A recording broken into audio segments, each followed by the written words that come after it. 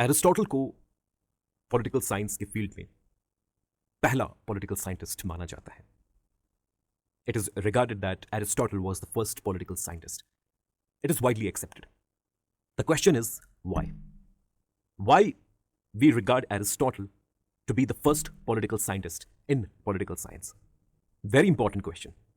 इस सवाल का जवाब आपको एरिस्टोटल के मेथोडोलॉजी में मिलेगा. The method that he used to study, to build his philosophy, his political philosophy, generate his arguments. Aristotle was the first political thinker who used scientific method for studying a given political phenomena or for finding out answer to a given political question. अपने political studies को conduct करने के लिए और जो questions उनके दिमाग में थे, उन questions के answers को ढूंढने के लिए एरिस्टोटल वो पहले व्यक्ति थे जिन्होंने एक वैज्ञानिक पद्धति, साइंटिफिक मेथड को यूज किया. अब यहां पर सवाल उठता है कि यह साइंटिफिक मेथड क्या है, किस मेथड को, किस पद्धति को हम वैज्ञानिक पद्धति या साइंटिफिक मेथड कहते हैं, और क्या हकीकत में एरिस्टोटल की जो मेथोडोलॉजी थी वो इस साइंटिफिक मेथड पर ही बेस्ड थी. This is what we need to find out. देखिए, किसी भी मेथड ऑफ स्टडी या किसी भी मेथोडोलॉजी के साइंटिफिक कहलाने के लिए उस मेथड ऑफ स्टडी के भीतर कुछ एलिमेंट्स का, कुछ फीचर्स का होना बहुत जरूरी है.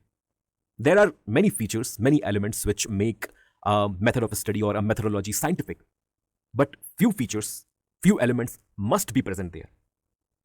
The first is objectivity.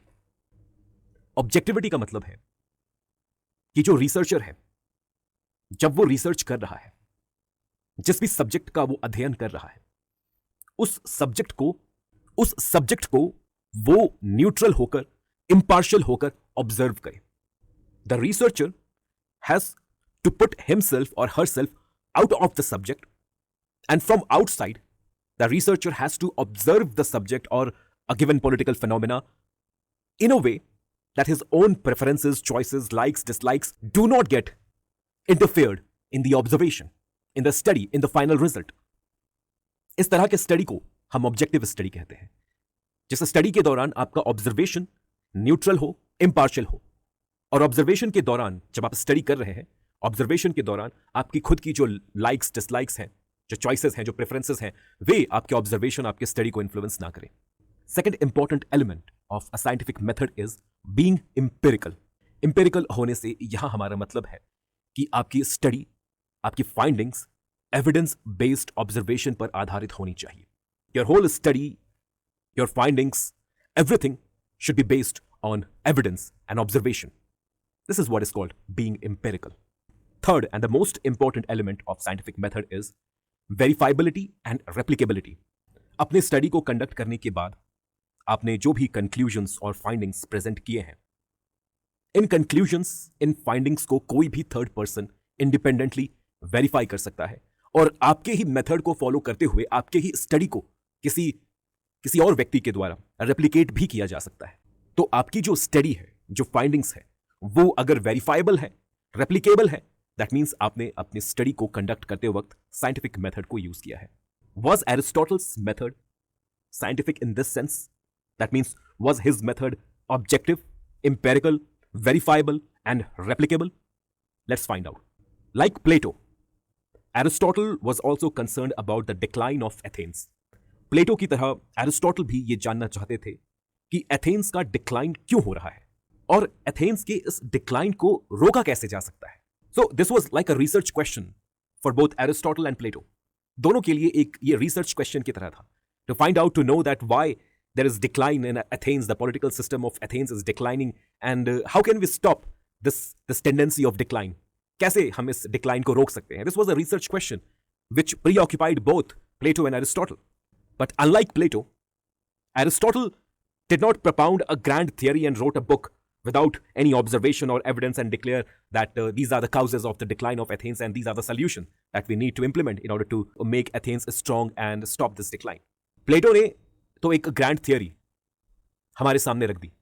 अपनी किताब, अपनी मैग्नम ओपस द रिपब्लिक में प्लेटो ने एक ग्रैंड थियरी हमारे सामने रखी कि क्यों एथेंस का डिक्लाइन हो रहा है और एथेंस के डिक्लाइन को कैसे रोका जा सकता है, आइडियल स्टेट को हम कैसे इंप्लीमेंट कर सकते हैं, जस्टिस की स्थापना हम कैसे कर सकते हैं। और ये जो भी फाइंडिंग्स थी प्लेटो की, ये किसी ऑब्जर्वेशन, किसी इंपेरिकल ऑब्जर्वेशन पर बेस्ड नहीं थी, किसी वेरीफाइबल फैक्ट पर बेस्ड नहीं थी। And this is the reason why we don't say that Plato was the first political scientist. It was not Plato, but it was his student Aristotle who would ultimately lay the foundation of political science and start a tradition of political inquiry which we still follow today. अब जहां तक इस सवाल की बात है कि Athens का डिक्लाइन क्यों हो रहा है और कैसे इस डिक्लाइन को रोका जा सकता है, एरिस्टोटल ने अपने स्टडी की शुरुआत किसी आंसर के साथ नहीं की. He did not give us any answer in the beginning. Aristotle first wanted to do the observation, collect evidence, collect data, and then analyze those data, those evidences, and after the analysis of those data, those evidences, he would come to a conclusion and he would reveal us his finding. Now, this is what modern day political scientists do. They don't jump to any conclusion. वे पहले एक problem को, एक phenomena को observe करते हैं, फिर उससे related evidence collect करते हैं, फिर इन ऑब्जर्वेशन और एविडेंस को प्रॉपरली, रिगरसली एनालाइज करते हैं, और एनालिसिस के बाद, प्रॉपर एनालिसिस के बाद ही वे किसी कंक्लूजन या फाइंडिंग तक पहुंचते हैं. आपको समझना है कि एरिस्टोटल ने भी कुछ इसी तरह के मेथड को फॉलो किया. एरिस्टोटल ने भी पहले ऑब्जर्वेशन और एविडेंस कलेक्शन के स्टेप को कंप्लीट किया. एरिस्टोटल ने डेटा कलेक्शन के लिए अपने स्टूडेंट्स को कई ग्रीक सिटी स्टेट्स में भेजा. कुछ सिटी स्टेट्स एथेंस की तरह डिक्लाइन कर रहे थे, लेकिन कुछ सिटी स्टेट्स ऐसे भी थे जो कि स्ट्रांग थे, ग्रो कर रहे थे और प्रॉपरली सर्वाइव कर रहे थे. एरिस्टोटल इन सभी ग्रीक सिटी स्टेट्स के कॉन्स्टिट्यूशंस को पढ़कर, इनके पॉलिटिकल सिस्टम को समझकर यह फाइंड आउट करना चाहते थे कि आखिर वे कौन से फैक्टर्स होते हैं जिनकी वजह से एक सिटी स्टेट में हम डिक्लाइन देखते हैं, एक सिटी स्टेट की पॉलिटिकल सिस्टम डिक्लाइन करती है, और वे कौन से फैक्टर्स हैं जो कि एक सिटी स्टेट को मजबूत बनाते हैं, एक सिटी स्टेट के पॉलिटिकल सिस्टम को मजबूत बनाते हैं और उस सिटी स्टेट के ग्रोथ और प्रोग्रेस में कंट्रीब्यूट करते हैं. अपने स्टूडेंट्स के द्वारा गैदर किए गए ये जो डेटा है, इन्हें एनालाइज करके एरिस्टोटल फॉर्म्स ऑफ गवर्नमेंट की एक टाइपोलॉजी बनाते हैं. He creates a typology of various forms of government, जहां वे फॉर्म्स ऑफ गवर्नमेंट को दो पार्ट्स में डिवाइड करते हैं, गुड एंड परवर्टेड.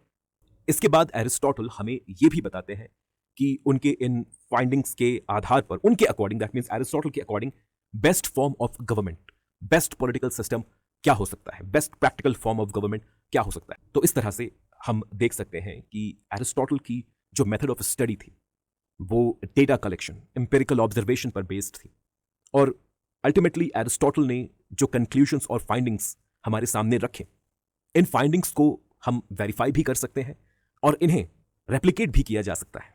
और क्योंकि हिस्टोरिकल रिकॉर्ड्स के अकॉर्डिंग एरिस्टोटल से पहले किसी दूसरे पॉलिटिकल थिंकर ने इन मेथड्स को, इन साइंटिफिक मेथड्स को अपने स्टडी में यूज नहीं किया, इस वजह से हम कहते हैं कि पॉलिटिकल साइंस की फील्ड में एरिस्टोटल ही पहले पॉलिटिकल साइंटिस्ट थे. Aristotle was the first political scientist. This is why we say this. Thank you so much for listening. God bless.